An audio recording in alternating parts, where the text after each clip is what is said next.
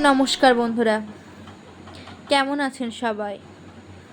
আশা করছি আপনারা সবাই ভালো আছেন। আজকে যে বিষয়টি উপস্থাপনা করব সেটি হলো, ভগবানকে কি পাওয়া যেতে পারে? আমরা প্রত্যেকেই ভগবানকে লাভ করতে চাই।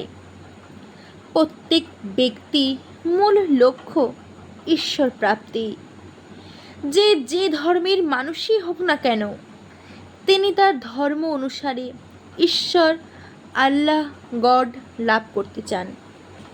এই ভগবানকে লাভ করা পার্থিব বস্তুর লাভের থেকে অনেক বেশি সহজ।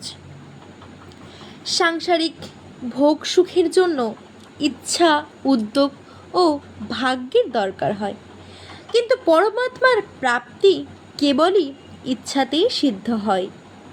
এর জন্য ভাগ্যের প্রয়োজনই নেই। পাওয়ার পথে কখনো ক্ষতি হয় না, কেবল লাভই লাভ।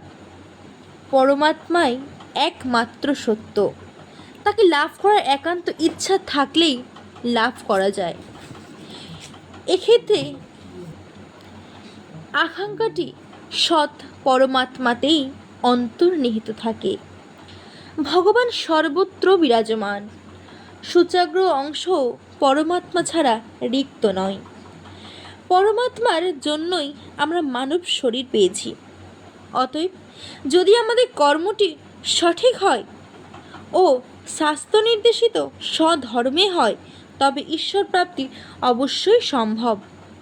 নমস্কার।